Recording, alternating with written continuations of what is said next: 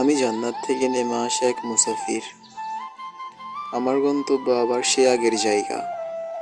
কখনো দেখিনি, তবু কেন যেন মনে হয় সে জায়গা আমার শত বছরের চিরচেনা, যার নিচ দিয়ে বয়ে চলে সাদা দুধের পবিত্র নহর, যেখানে একসাথে থাকবে আমার নবী হজরত মোহাম্মদ সাল্লাল্লাহু আলাইহি ওয়াসাল্লাম, আবু বকর, উসমান, খাত্তাবের বেটা ওমর। এই দুনিয়ায় আমি একজন মুসাফির মাত্র। জান্নাতে নেই ভাদ্র, আশ্বিন, কার্তিক, অগ্রহ কিংবা চৈত্র। সেটাই শুধু শান্তি। নেই ঘুম, হতাশা, নেই কোনো ক্লান্তি। সেটাই থাকবে না কোনো আফসোস। মহান রবের পাবে দেখা, দিবেন তিনি ধরা।